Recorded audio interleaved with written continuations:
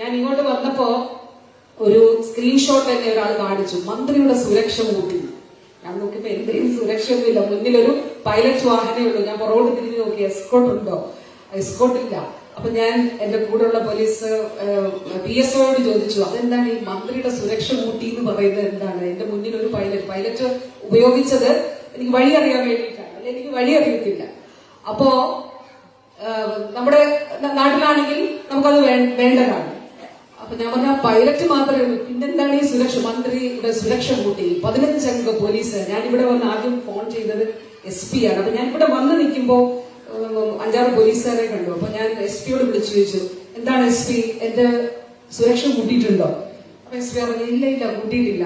അപ്പൊ പറഞ്ഞു, ഇവിടെ ഞാൻ 5-6 പോലീസുകാരെ കാണുന്നുണ്ടല്ലോ എന്ന് പറഞ്ഞു. അത് അബദ്ധത്തിൽ അവരവിടെ വന്നതാണ്. പക്ഷെ ഇന്ന് രാത്രി ചർച്ച കാണും, മന്ത്രിക്ക് ഇതൊക്കെ സുരക്ഷ കൂട്ടി, മന്ത്രിക്ക് നിരത്തിലിറങ്ങി ഇറങ്ങാൻ പറ്റുന്നില്ല, മന്ത്രിക്ക് റോഡിൽ ഇറങ്ങി ഇറങ്ങാൻ പറ്റുന്നില്ല.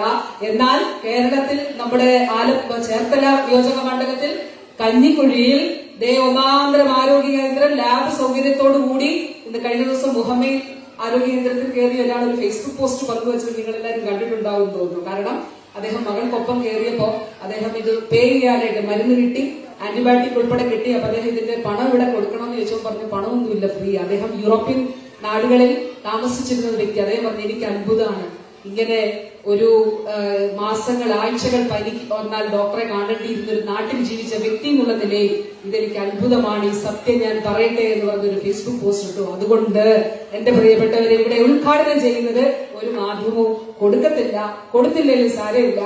ഈ ആക്രമണത്തിന് മുന്നിൽ കേരളത്തിലെ ആരോഗ്യ മേഖല തകർന്നു പോകില്ല എന്നുള്ളതാണ്.